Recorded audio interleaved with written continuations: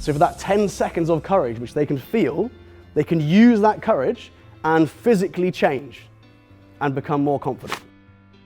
One of the things we always say in our competitions, one of the slogans we get our students to repeat back to us, you'll notice we use a lot of vocal cues.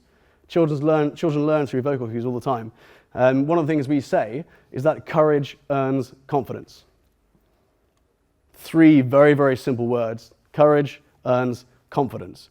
And in a child's mind, as they grow, they start to understand that. I can't sit a child down, draw them a diagram of the comfort zone and say, this is exactly how it works. This is where your hyper-anxiety sets in. This is where it's optimal performance zone. This is where we haven't pushed you enough so you don't reach your goals. But what I can say is courage earns confidence. And I put it across to them like, they can earn 1 point of confidence, which does all of this, makes them feel happy, does all this stuff, by spending 1 point of courage.